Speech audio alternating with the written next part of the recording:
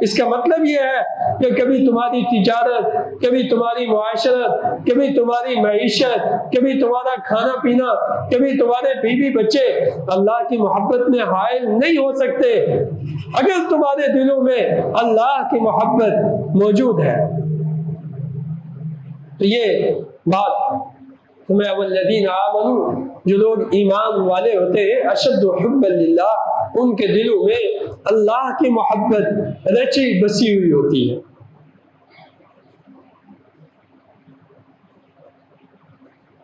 انسان اپنے مشکل وقت میں رجوع مند ہوتا ہے کس کی طرف؟ جس سے کام کی امید ہوتی ہے۔ اگر آپ کو پیسے چاہیے اور آپ کے پاس اپنے نہیں ہیں تو آپ کو لمحہ کسی سے قرض چاہیے ہوگا، تو آپ قرض لینے کے لیے بھی ایک ایسے آدمی کا انتخاب کریں گے جس آدمی میں آپ اپنی محبت اور اپنے تعلق کا پاس پائیں گے کہ وہ آدمی میری محبت کا پاس رکھتا ہے، میرے تعلق کی لاج رکھتا ہے، میں اس سے بات کروں گا وہ مجھے قرض دے دے گا۔ آپ کبھی ایسے آدمی سے قرض نہیں مانگیں گے جس سے آپ کو 100% امید ہو کہ یہ دے گا ہی نہیں یا آگے سے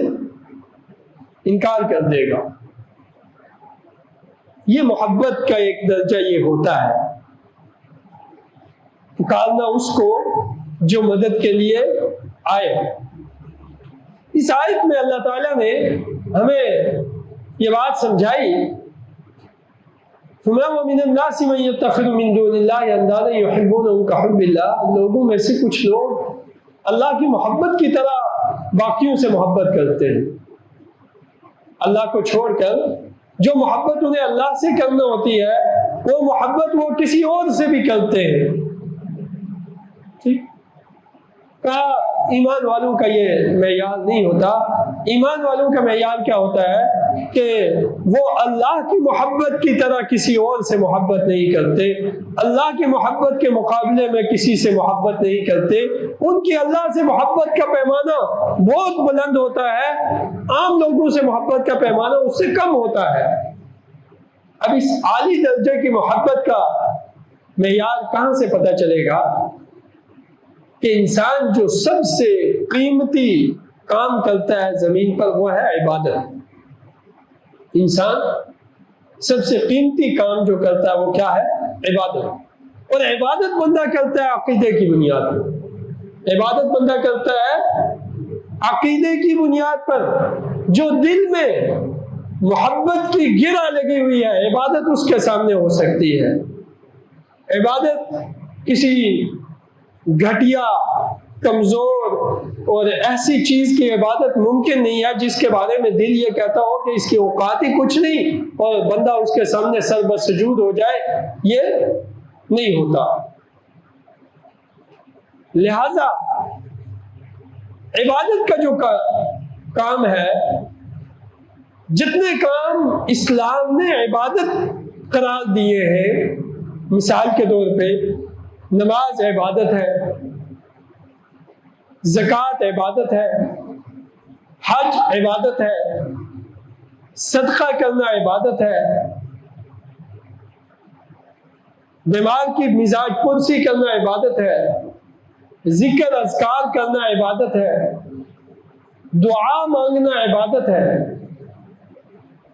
اسی طرح جو چیزیں میں نے ذکر کر دی اور جو رہ گئی،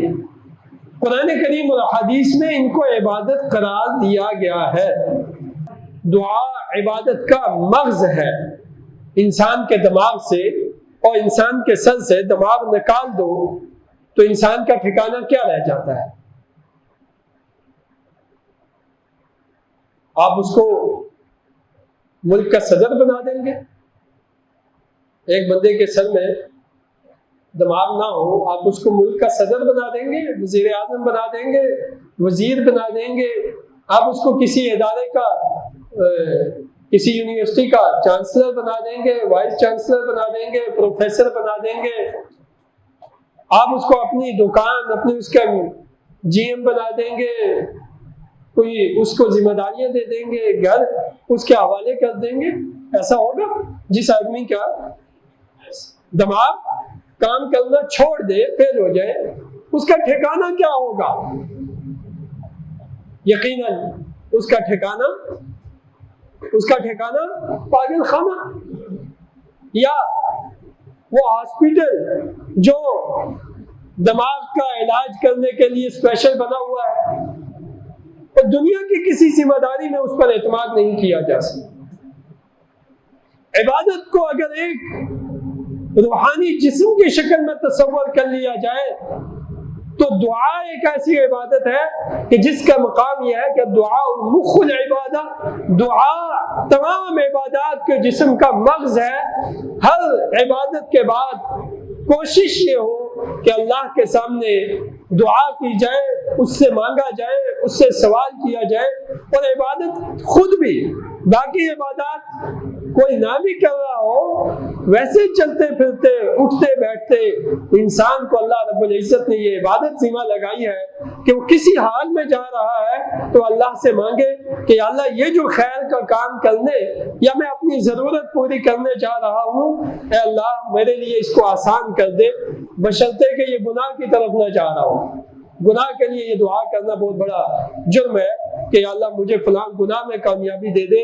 یا کوئی گناہ کا کام کر رہا ہے اور کہہ رہا ہے یا اللہ اس کام میں مجھے کامیابی دے دے، یہ در حقیقت بالکل ہی راستے سے بھٹکے ہوئے آدمی کی علامت ہے۔ لیکن جتنے کاری خیر آدمی کرتا ہے، روزگار کرتا ہے، کہیں سفر کرتا ہے، کچھ کمانے جاتا ہے، کسی سے ملنے جاتا ہے، بیمار پرسی کرنے جاتا ہے، اور یہ دعا کرتے ہوئے جاتا ہے یا اللہ میرے آنے جانے کو آسان کر دے، میری سواری کو آسان کر دے، مجھے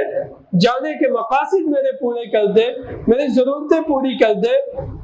تو یہ بہت بڑی عبادت ہے، اور الدعاء مخ العبادہ۔ اب کبھی کبھی ایسا ہوتا ہے کہ عقیدہ بگڑ جائے تو لوگوں نے اللہ کو پکارنے کے بجائے کچھ اور نام چن لیے ہوتے ہیں، اپنے پیر کے نام، مرشد کے نام، اور اگر غیر مسلم ہے تو وہ اپنے معبودوں کا نام لے گا، اور اس کو وہ یہ سمجھتے ہیں کہ ہم یہ نام پکارتے ہیں، یہ نام آگے اللہ کے سامنے سوالی ہے، اللہ نے اس کی اجازت نہیں دی۔ یہاں فرمایا وَمِنَ النَّاسِ مَن يَتَّخِذُ مِن دُونِ اللَّهِ، جو لوگ اللہ کو چھوڑ کر اندادا کسی کو پکارنے کے قابل سمجھتے ہیں، يُحِبُّونَهُمْ كَحُبِّ اللَّهِ، تو یہ تو اللہ کی محبت کی جگہ ان سے محبت کر رہے ہیں۔ پھر آگے کیا فرمایا وَالَّذِينَ آمَنُوا، لیکن جو لوگ صاحب ایمان ہیں، اشد حبا للہ، ان کے دلوں میں اللہ کی محبت شدت سے بھری ہوئی ہوتی ہے۔ لہذا یہ جو اللہ کی محبت کا مقام ہے، اس کے بعد جا کر آدمی کے اپنے ہر عمل میں اور ہر فعل میں اخلاص آتا ہے کہ میں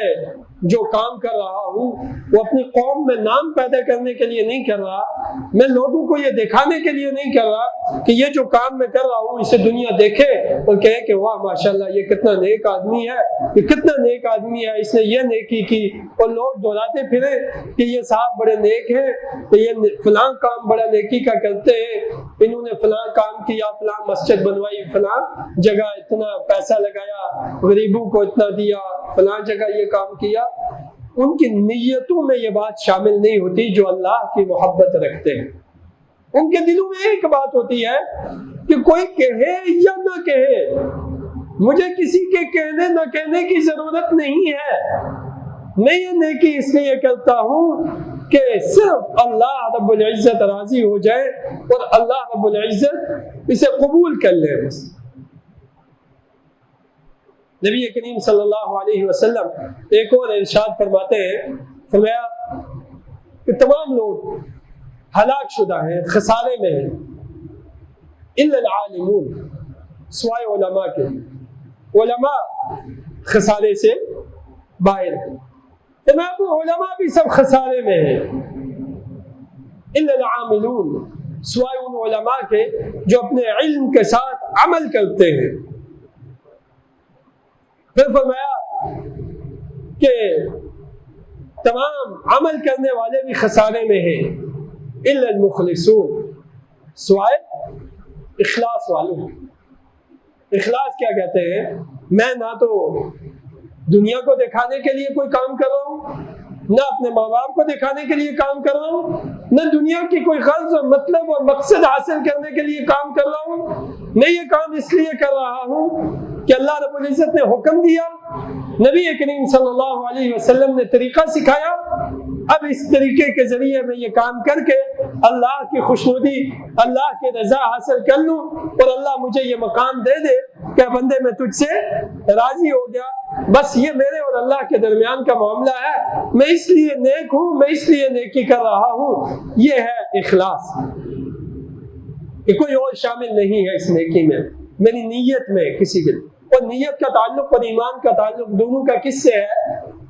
دل سے ہے۔ انما الاعمال بالنیات، اعمال کا دار و مدار نیت سے ہے، تو نیت کا تعلق دل سے ہے۔ اگر کسی آدمی نے یوں نہ کہا کہ میں ظہر کی نماز 4 رکعت نماز اس امام کے پیچھے اللہ کے سامنے خصوصیت اللہ کے لیے یہ 4 رکعت نماز ظہر پڑھ رہا ہوں، اگر کسی نے یہ نہ کہا لیکن اس نے اتنی نیت کی ہوئی تھی کہ اللہ کے لیے نماز ظہر پڑھ رہا ہوں، اور دل میں کی ہوئی تھی، کہیں زبان سے لفظ بھی نہیں کہے، تو اس کی نماز کی نیت ہو گئی، اس لیے کہ نیت کا تعلق دل سے ہے، اور کوئی نہیں جانتا دل میں اسے کیا چھپا رکھا ہے۔ زبان سے ہو سکتا ہے کہنے والا کہے کہ صرف اللہ کے لیے پڑھ رہا ہوں، اور ساتھ سوچے کہ آج فلاں ڈیل فلاں کام ہونے والا ہے، یہ بندہ نمازی ہے، میں بھی مسجد میں نماز پڑھنے چلا جاتا ہوں، اس بندے کے دل میں ذرا محبت آ جائے گی کہ میں بھی نیک ہوں۔ ایک ایڈوکیٹ صاحب کا منشی مجھے ان کا لطیفہ سنانے لگا کہ وہ جب بھی کوئی ایسا بندہ ان کے دفتر میں داخل ہوتا ہے کہ جس کی کوئی داڑھی ہو، لگتا ہو یہ کوئی نمازی ہے، ہو سکتا ہے نماز پڑھتا ہو، تو وکیل صاحب کہتے ہیں 12 بج رہے ہوتے ہیں، ابھی نماز کا ٹائم بہت رہتا ہے، تو وکیل صاحب کہتے ہیں بھائی چلو بھائی میرے لیے وہ چپل لے کے آ جانا، میں نے وضو کرنا ہے اور نماز پڑھنی ہے، تو نماز ہم ٹائم پہ پڑھ لیں، تو وہ ساری چیزیں تیار کر لو۔ تو منشی صاحب کہتے ہیں جی میں فوری تیار کرتا ہوں۔ اگر وہ کلائنٹ نماز کے ٹائم سے پہلے ڈیل ہو کے واپس چلا جائے تو وکیل صاحب وہ جوتے واپس اٹھوا دیتے ہیں، اور اگر وہ متھے لگا رہے تو وکیل صاحب اس کے ساتھ جا کے نماز بھی پڑھتے ہیں، اور اس کو ساتھ لے کے جا کے نماز پڑھواتے ہیں۔ اب بات یہ ہے کہ یہ تو منشی صاحب کا مشاہدہ ہے، لیکن مجھ جیسا آدمی جائے گا تو وہ تو یہی سوچے گا اللہ کے لیے نیک آدمی ہے، مگر اللہ کے ہاں اس کے نیک انہیں کب تصور ہوگا؟ جب اس کے دل کی گہرائیوں میں یہ بات بسی ہوئی ہو کہ میں کسی کے لیے نہیں، دکھانے کے لیے نہیں، یہ صرف اللہ کی رضا حاصل کرنے کے لیے اللہ کے حکم کو اللہ کے نبی کے طریقے کے مطابق پورا کر رہا ہوں۔ اور یہ وہ بات ہے جو اللہ رب العزت فرما رہے ہیں والذین آمنوا اشد حبا للہ، جو لوگ ایمان والے ہوتے ہیں ان کے دلوں میں بڑی شدت سے اللہ کی محبت بیٹھی ہوئی ہوتی ہے، وہ دنیا کے لوگوں کو تو اللہ کی محبت کی طرح تصور ہی نہیں کرتے۔ اب یہ آدمی جو اپنے کلائنٹ کو ڈیل کرنے نیک بن گیا، یہ کتنا کمزور آدمی ہے، اس نے اللہ کے لیے محبت میں جو عمل کرنا تھا وہ ایک بندے کو اس کے برابر سمجھ کے اس کے لیے عمل کر لیا۔ ایمان کہاں گیا؟ اخلاص کہاں گیا؟ اتنی بڑی اللہ نے نماز کے اوپر جو انعامات کا وعدہ کر رکھا ہے، نجات کا وعدہ کر رکھا ہے، وہ کہاں گیا؟ اس لیے یہود یہ سمجھتے تھے کہ ہمارا جو معیار ہے، جو ہماری پہچان ہے، ہم بحیثیت یہودی ہی بڑے قیمتی لوگ ہیں، دنیا جو مرضی ہو جائے، ہمارے خاندانوں میں انبیاء پیدا ہوئے ہیں، لہذا ہم بہت نیک لوگ ہیں، ہمارے مقابلے معیار کا روئے زمین پر کوئی نہیں ہے۔